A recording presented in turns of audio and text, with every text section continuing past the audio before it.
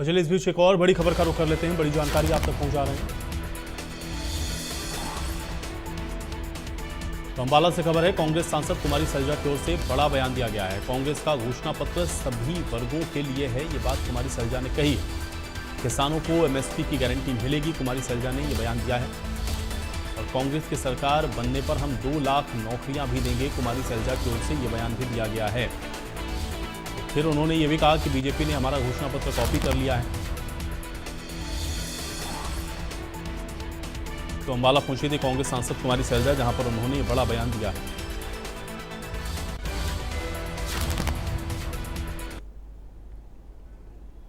Joining me is senior Congress leader and CWC member Kumari Sailaja, who is a stalwart leader in Haryana.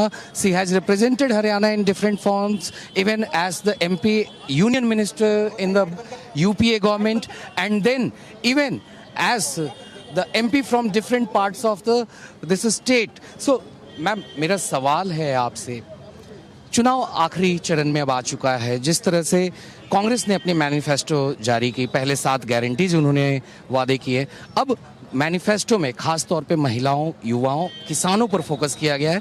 किस तरह से कांग्रेस इन सारे वायदों को पूरा करेगी? वैसे हर वर्ग पर फोकस किया है। किसानों का बहुत बड़ा मुद्दा रहा, जिसे ये सरकार उनके प्रति बिल्कुल संवेदनशील नहीं थी। भाजपा सरकार, किसान सड़क पर बैठे रहे, कितनों की जान गई, लेकिन इन्होंने कोई परवाह नहीं की। कांग्रेस पार्टी का वायदा है कि हम एमएसपी को कानूनी दर्जा देंगे। रही बात दूसरे वर्गों की, महिलाओं के लिए हम गैस सिलेंडर 500 रुपया करेंगे।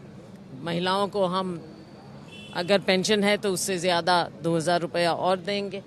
2000 ही है ना जी, 2000 रुपया और देंगे। इसके अलावा बहुत से मुद्दे हमारे युवाओं के लिए है। रोज़गार देने की बात है। 2 लाख के करीब पद रिक्त पड़े हैं हरियाणा सरकार में, उन्हें भरा जाएगा। और आगे के लिए नशे का एक बहुत बड़ा मुद्दा है, उससे जूझना होगा।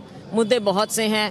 कांग्रेस पार्टी ने जो कहा है वो हम करके दिखाएंगे। इस चाहे स्वास्थ्य सेवाओं की बात है और बहुत सी बातें।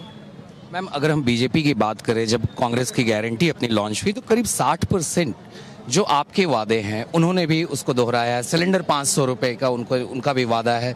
2 लाख रिक्त पदों का उन्होंने भी अब वादा किया।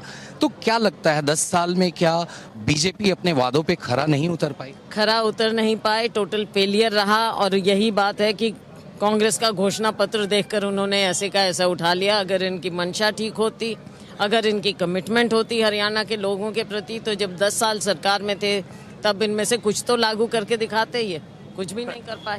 प्रधानमंत्री 2 बार आ चुके हैं यहाँ पर हरियाणा में, लगातार आरोप लगा रहे हैं कांग्रेस के ऊपर कि यहाँ तो सीएम के काफ़ी कैंडिडेट्स हैं, और कह रहे हैं कि किस तरह से अपने नेताओं में ही इनकी लड़ाइयाँ अंदर खानी चल रही हैं, जो अब जग जाहिर है। तो इस पे आप क्या कहें? और भाजपा के पास कैंडिडेट्स ही नहीं है। आप ये भी देख लीजिए, भाजपा के पास नेता नहीं है, नेतृत्व नहीं है, कैंडिडेट्स नहीं है। कांग्रेस के पास नेता भी हैं, कैंडिडेट्स भी हैं। मेरे मैम, एक और सवाल है। अंबाला से आप ही के काफ़ी नौजवान युवा हैं, परविंदर पाल परी जी, तो उनको इस बार टिकट दिया गया है, मगर वहीं आपकी पार्टी की एक नेता थी जिन्होंने पार्टी छोड़कर बागी तेवर अपनाया है। तो क्या कहेंगे? पार्टी से बाहर थे, वो पार्टी में आए, टिकट चाहते होंगे, लेकिन टिकट तो देखो एक को मिलती है। अब परिवार में भी कैसे किया जाए, ये पार्टी का अपना एक असूल था, उसके मुताबिक हुआ। और अच्छी बात तो तब होती कि जब दोनों सीटों पर ध्यान दिया जाता, वहाँ पर भी ध्यान दिया जाता, और यहाँ भी कांग्रेस के जो प्रत्याशी हैं, प्रत्याशियों को जिताने की बात होती, ना कि अपने लिए। पार्टी तो किसी के लिए नहीं हो सकती ना, हम पार्टी के लिए होते हैं। मैम, मेरा एक परविंदर परी जी हमारे यहाँ कैंडिडेट हैं और लोग इन्हें ही जिताएंगे। धन्यवाद। बहुत बहुत शुक्रिया ma'am. So this was senior Congress leader Kumari Selja, who spoke exclusively to Newsx, and she said that the BJP did not work in last 10 years, and that was the reason why they copied most of the guarantees that the